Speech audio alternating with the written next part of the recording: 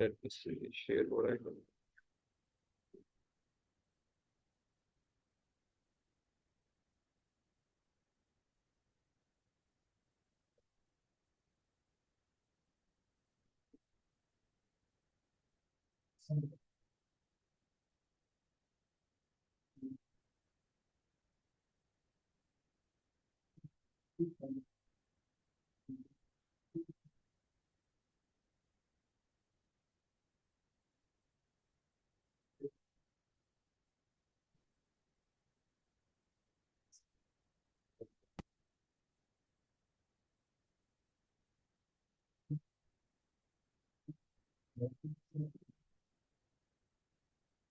अच्छा जी, okay. So coming back, देखिए अभी अगर आपके पास एक वैल्यू है जिसका जो नंबर है आपके पास डाटा के अंदर, अगर वो 130 नंबर है और उस डाटा में स्टैंडर्ड डिवीजन की वैल्यू 20 है, मीन वैल्यू 100 है, तो you can take out a value which is scaled value as 130 minus 100 by 20 यानी 1.5।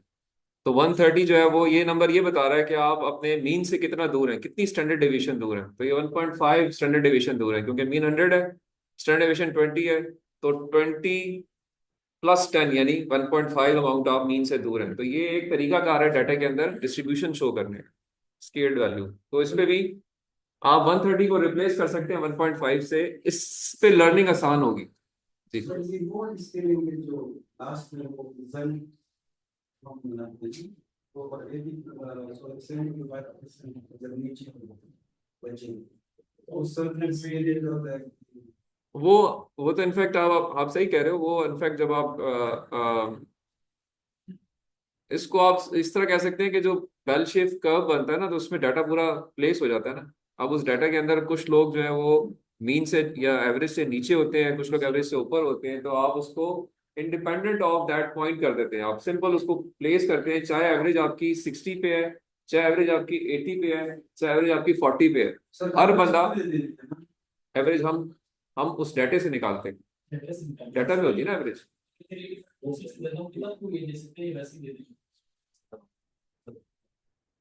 जो आप कह रहे हैं ना वो स्केल, तो फिर ये है ना कि 40 एवरेज आ रही है ना, मैं सबको 40 मार्क्स ऐड कर दूं, तो मैं स्केल अप कर दूं कि जी सब एवरेज 80 कर दूं, और हर एक के नंबर जिसके 20 नंबर है, हाँ, वो उसको भी स्केल्ड अप भी कहते हैं, लेकिन वो इनफैक्ट आप कहें कि शिफ्टिंग है। That is more of a shifting of data, not scaling. ठीक है। सो स्केल्ड वैल्यू 1.5, आप ये डाटा समझना। तो पॉइंट क्या है कि फीचर इंजीनियरिंग में स्केल्ड वैल्यूज भी यूज होती हैं, डाटा क्लीनिंग भी की जाती है, डाटा के अंदर से रॉ डाटा को मैप भी किया जाता है, वन हॉट एन्कोडिंग भी होती है, मल्टीपल हॉट एन्कोडिंग भी होती है। ये हमने फिर डाटा के अंदर देखना होता है। सर ये 1.5 किस दोनों नंबर में मिल सकता है ना, मतलब आसपास इस केस में नहीं मिल सकता ना। देखें अभी यहाँ पे तो 130, अगर से कि नंबर चेंज होगा, 130 जगह 120 आ जाएगा, तो फिर ये नंबर चेंज हो जाएगा ना। तब नहीं मिल सकता। बात देखें ना, खुद देखें कैलकुलेशन क्या हो सर रही है। मतलब रेंज में ये 1.5 ये 1 से लेके आपने कहा ना 0 से लेके 1 तक, तो 0 से लेके 1 तक ये जीरो से होने वाला केस नहीं है ना, ये तो केस है कि इसमें जी स्कोर निकालना है। ये जी स्कोर तो कुछ भी निकल सकता है, ये बेसिकली आपका स्टैंडर्ड डिविएशन मीन से कितना दूर है आप, ये वो शो कर रहा है। सर ये 1 ज्यादा नहीं निकल सकता, मतलब 2 से भी ज्यादा निकल कोई सकता भी है नहीं ये निकल 3 पे 4 5 पे भी जा सकता है ना, क्योंकि आप देखिए डाटा आपका फ्लैट हो गया, बहुत बहुत ज्यादा वेरिएशन है डाटे के अंदर, तो ये बढ़ जाएगा। ठीक है। सो अकॉर्डिंगली उस परस्पेक्टिव से चीजें जो है वो चेंज हो सकती हैं।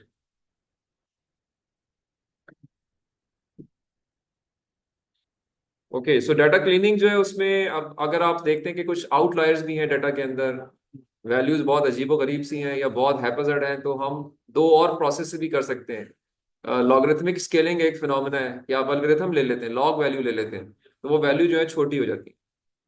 बड़ी वैल्यू ना, से अगर आप 300 का लॉग लेंगे, log to the base 10 of 300, तो वैल्यू छोटी हो जाएगी। तो हर एक का लॉग ले लें, ठीक है, उसको हैंडल करना आसान हो जाएगा। क्लिपिंग का फिनोमेना, आप कहें थी कि इस डाटे में अगर 300 साल की एज है, तो इंसान की उम्र तो 100 साल से ऊपर जा ही नहीं सकती, तो आप 100 का क्लिप लगा देंगे जी, जो ये एज है उनको 100 पे मैप कर दो या निकाल ही दो।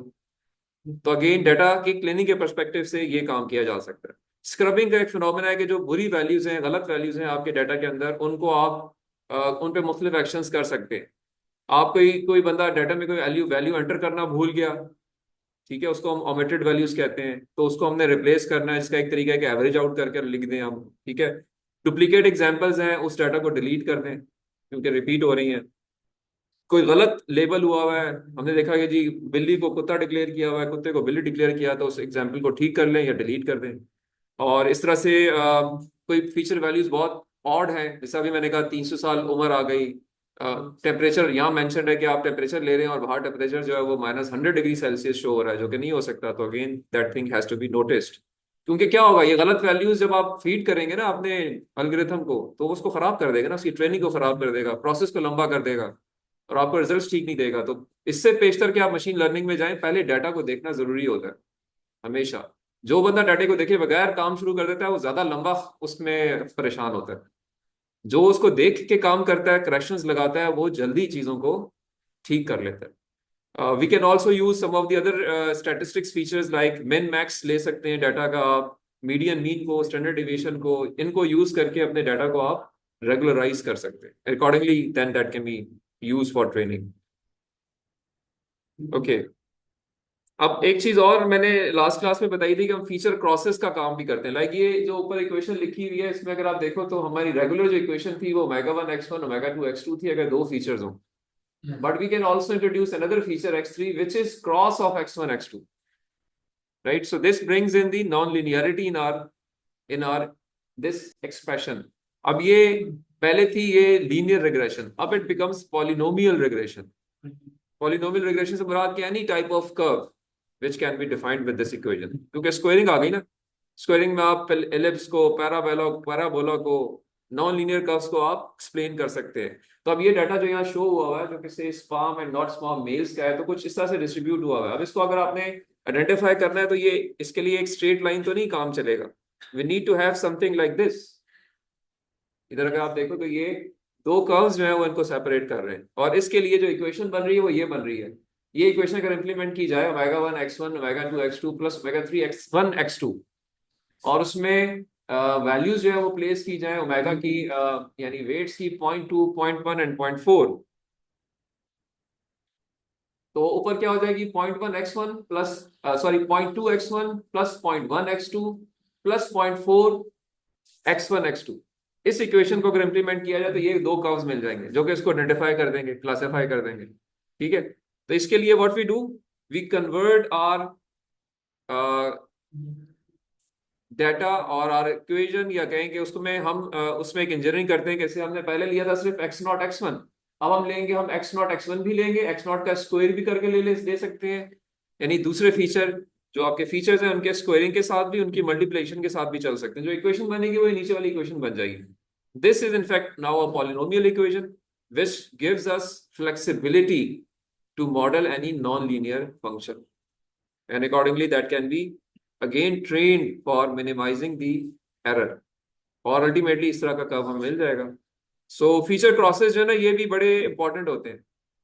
फीचर क्रॉस जो इंपॉर्टेंट होते हैं, लाइक मैं एग्जांपल एक देता हूँ कि आप घर जाते हैं, आपने कोई कुत्ता पाला हुआ है, फॉर एग्जांपल किसी ने पाला कभी कुत्ता, तो से अब कुत्ता जो है अगर आपसे शाम में जाए, वो फ्रेश हो, तो वो खुशी की एक आवाज निकालेगा।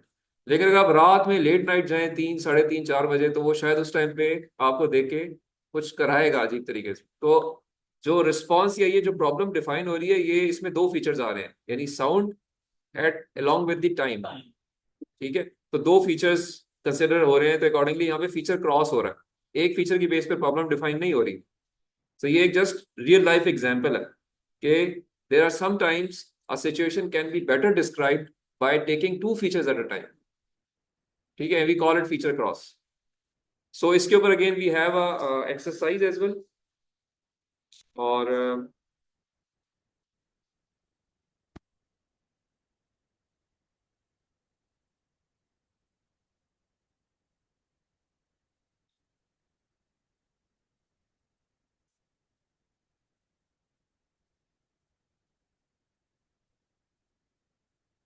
अच्छा देखिए, इसमें एक चीज और जो भी हम यहाँ पे देखनी चाहिए हमें, वो ये है कि समटाइम्स जो है ना ये फीचर क्रॉस, इसका ओवर यूज भी करना जो है ना ठीक नहीं होता। अब यही डाटा है, अब इसमें से मैंने इस तरह की एक एक्सप्रेशन बना ली, इक्वेशन बना ली, जिसमें वी हैव x1 के साथ, यानी ओमेगा 1 x1 है, omega 2 x2, omega 3 x1 square, omega 4 x2 square and omega 5 x1 x2।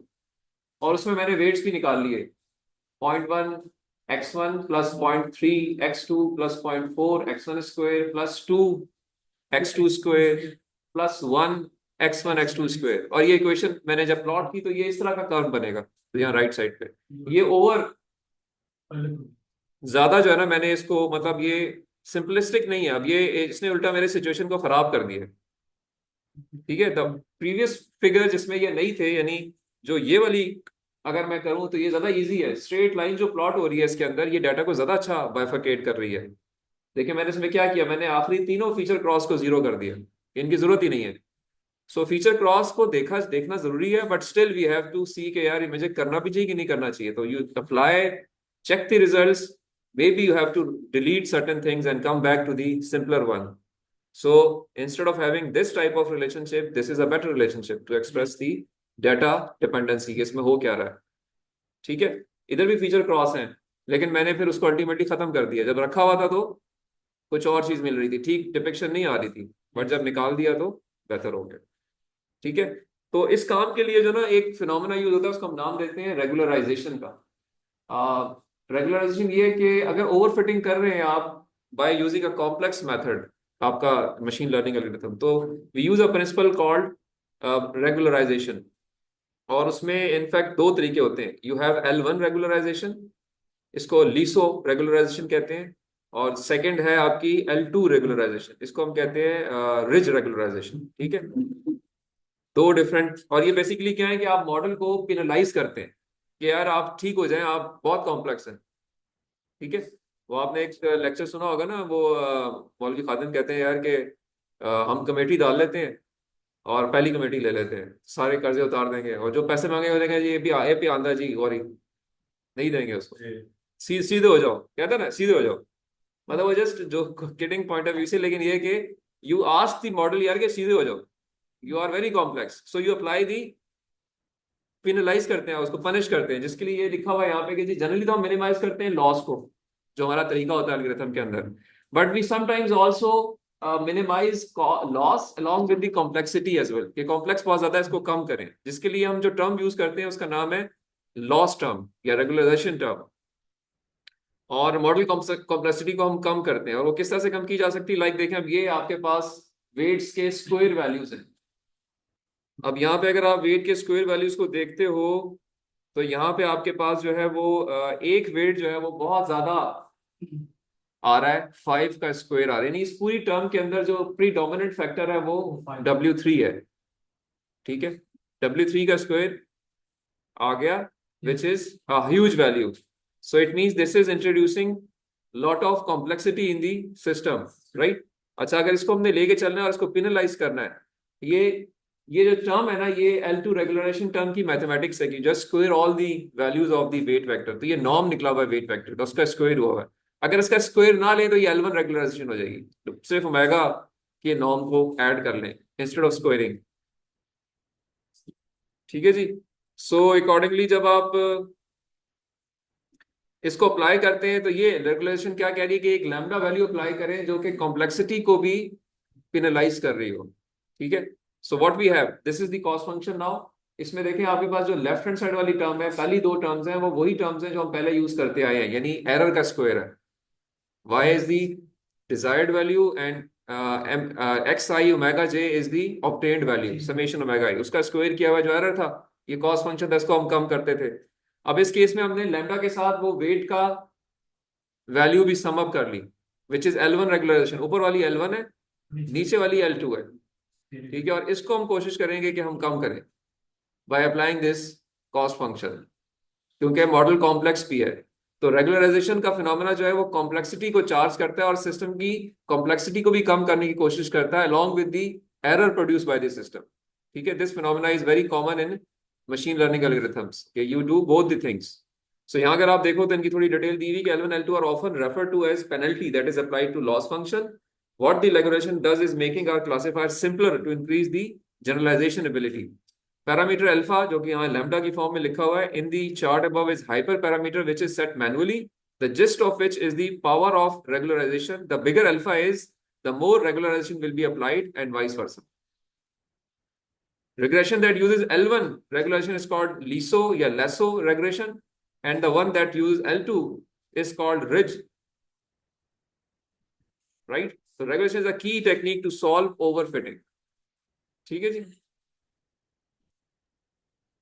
Okay, I think we can keep it here. ये वैल्यूएशन पैरामीटर्स को हम फिर अगली क्लास में कवर करेंगे. दिस वाज द एम कि हम इन चीज़ों को आज देख लें, फीचर इंजीनियरिंग को और रेगुलराइजेशन को, कि मॉडल को हम ये दो चीज़ें करते हैं. सो अगर कोई सवाल है यहाँ पे तो we can ask that question. Otherwise paper pattern जो है वो जी हमारे शॉर्ट क्वेश्चन आंसर आएंगे. I will try to keep some objectives, जिस तरह मैंने आपसे कुछ क्विजेस लिए थे. ठीक है, और कुछ एक्सप्लेनेशन ही क्वेश्चन होंगे आपकी अंडरस्टैंडिंग के परस्पेक्टिव्स. अगेन वो भी शॉर्ट होंगे. आई मीन टू से कुछ ऑब्जेक्टिव्स होंगे, कुछ शॉर्ट क्वेश्चंस होंगे पेपर के ऊपर ही. एमसीक्यूज होंगे या कुछ फिल इन द ब्लैंक्स भी होंगी. तो वो होंगे कुछ क्वेश्चंस, और कुछ शॉर्ट क्वेश्चन आंसर होंगे. पेपर के ऊपर ही आपने सॉल्व करना होगा, कोई आंसर शीट की जरूरत नहीं है, उसी पे सॉल्व करें, उसको आप जमा करा, ताकि थोड़ा आपको अननेसेसरी लिखने का ना पड़े. बस जो स्पेस दी हुई है आपको पेपर में, वही जवाब के लिए इस्तेमाल करें. सो इट वर्ड अपना कंटेंट रिपीट करें, चीजें आसान होनी, आपको आसान लगे, और उसको आप लेके चलें. हम जो है वो आपका जो वो है मिड टर्म एग्जाम, वो आज के लेक्चर तक रखेंगे बस. ठीक है, अगला लेक्चर शामिल नहीं होगा. ठीक है जी. So any question from the online participants?